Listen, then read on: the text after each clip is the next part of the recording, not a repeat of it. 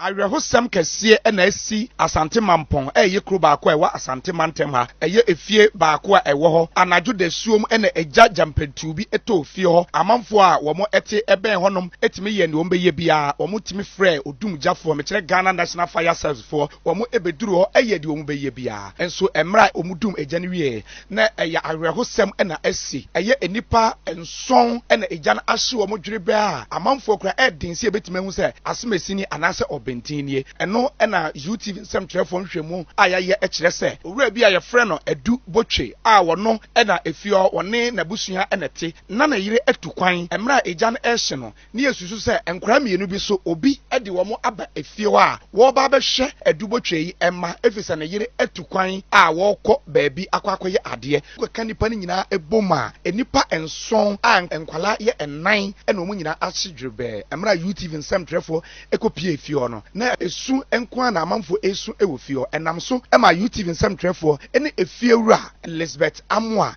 atwetwe nkomo ema wo kyerɛ ne ohuye madam sorry o de ya to fie ha timi sorry na mesesa me ma no na yepie abontene ma me so ne ne ma ne ne nana no epie abonten ti epie abonten na yehwɛ side ho ne gya ne demu din a kyɛ sɛ ahyia ma ye duru ba bi a wo mo wo no enti ye tra se ye beyi wo mo but ewisie ewo ahanyina enti ye nhunu dan ne kwan na ye bu edan no ti ye frɛ fire e ma fire for ba e be ye mmoa e be dumgya no e bra ye dumgya ne wie na wo mu nyina ahye no actually UTV nsɛm trɛfo enya akwanya ema assistant chief fire officer ɔwɔ ɛyɛ Asante Mantema ɔno na ɛyɛ regional commander edema Ghana National Fire Service owura Semako Fiadwo eso twetwe enkomo ema ɔno so kyerɛ mu sei the fire which was left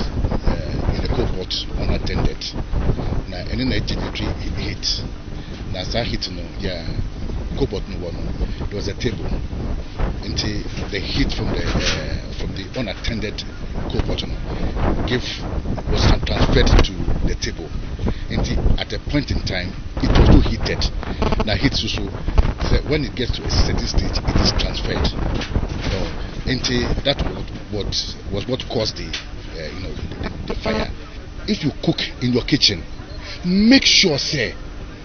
who use to cook pot. Make sure say even the cook pot is cool before you bring it into the room. If possible, leave it outside for till the following day.